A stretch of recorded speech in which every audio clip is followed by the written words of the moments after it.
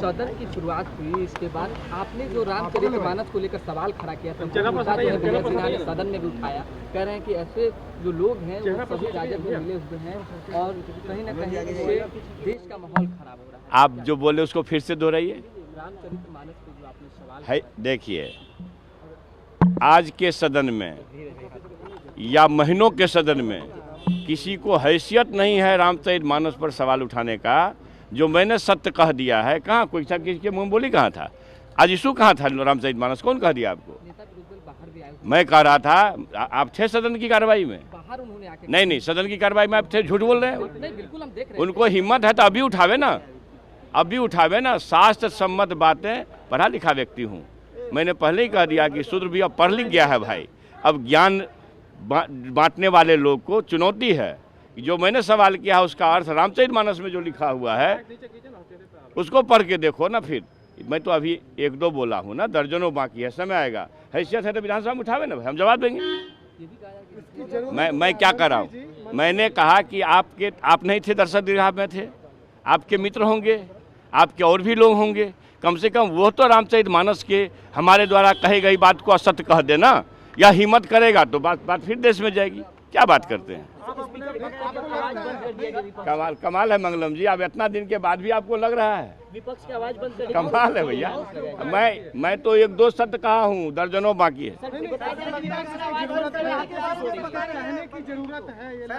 मैं ये कह रहा हूँ कि जिसको डॉक्टर राम मनोहर लोहिया ने कहा, जिसको नागार्जुन साहब ने कहा, हमसे ज़्यादा पढ़े लिखे व्यक्ति है ना, हम जो महापुरुष हैं।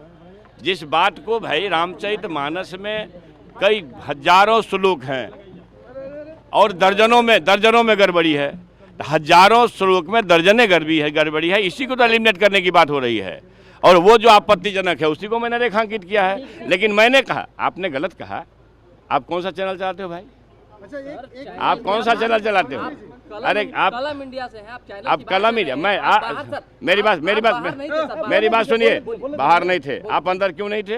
अंदर में आपके मित्र थे, किसी को हैसियत नहीं था जो मेरे सत्य का उपहास करने का। मैंने सत्य कहा है, उसका उपहास करने का हिम्मत लोग करे, मैं जवाब दूंगा। आने वाले तो थे, ज्ञान को बेचने वाले लोग, चैरिटी शो करने वाले लोग आने वाले थे, क्यों नहीं आए? उस चुनौती को स्वीकार करना चाहिए था। क्या बात करते? हम कहते हैं शास्त्र में जो अर्थ लिखा हुआ है, हम अपने तरफ से कहें जी, जो शास्त्र में अर्थ लिखा हुआ है। अब प्रसंग आप बताओगे प्रसंग। हमने पहले कहा, इसलिए शूद्र अब पढ़ लिख गया है भाई। पढ़ने आता है, जब नहीं पढ़ने आता था, जब पढ़ाई वंचित था, बाबा साहब अम्बेडकर का आशीर्वाद, कृपा महात्मा फूले पेरियार लोहिया जी का है कि भाई जो आचार्य नरेंद्र देव, JB कृपलानी और क्या कहते हैं पंडित मधुलिमय का, BP सिंह साहब का, हमारा ये कहना है कि अगर शूद्र आज के तारीख में पढ़ लिख गया है, हजारों साल पहले उनको पढ़ने का मना था भाई, तब तो नहीं पढ़ता था। सुना, गाली को भी अपना समझा कि मेरे लिए सम्मान है, आशीर्वाद है। लेकिन जब पढ़ लिख गया है, शास्त्र का अर्थ समझ सकता है, हिंदी अंग्रेजी पढ़ सकता है, संस्कृत को पढ़ सकता है, तो अब मान लीजिए कि आपत्तिजनक दी गई, अपमानजनक कही गई बातों को आशीर्वाद और अमृत कैसे मान लेगा? आप इसे बदलवाएंगे? मेरे क्षमता में है, मैं देश को चला रहा हूँ। जो देश को चला रहा हूँ, जो देश को चला रहे हैं, उनके सामने मैंने प्रश्न किया है, उनका ये काम है। हाँ, मैं ये मानता हूँ कि जो आपत्तिजनक अंश है, जिसको डॉक्टर लोहिया ने भी कहा है कि कुछ कचरे हैं रामचरितमानस में, कचरा को हटाओ, मगर कचरा हटाने में मोती मत फेंकना। तो भाई जब डॉक्टर लोहिया से हम बड़े आदमी है क्या? डॉक्टर भीमराव अम्बेडकर से बड़े आदमी हैं।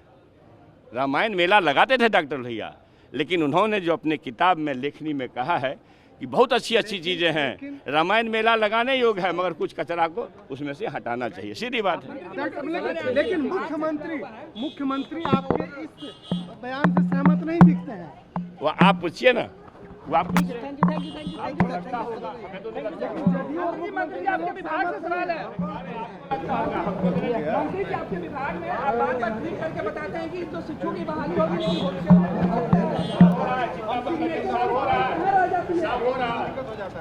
का अर्थ है इसमें ना, अलग का अनर्थ नहीं ना है। रुक जाइए, रुकिए ना आप। ये देखिए, तो मैं लिखा हूँ क्या, रामचरितमानस पेज संख्या 666 दोहा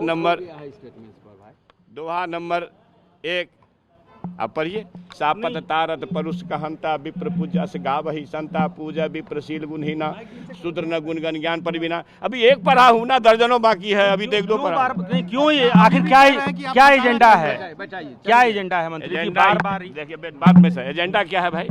अपमान, जाति के नाम पर अपमान बंद करो, जेंडर के नाम पर अपमान बंद करो, यही है एजेंडा। और क्या?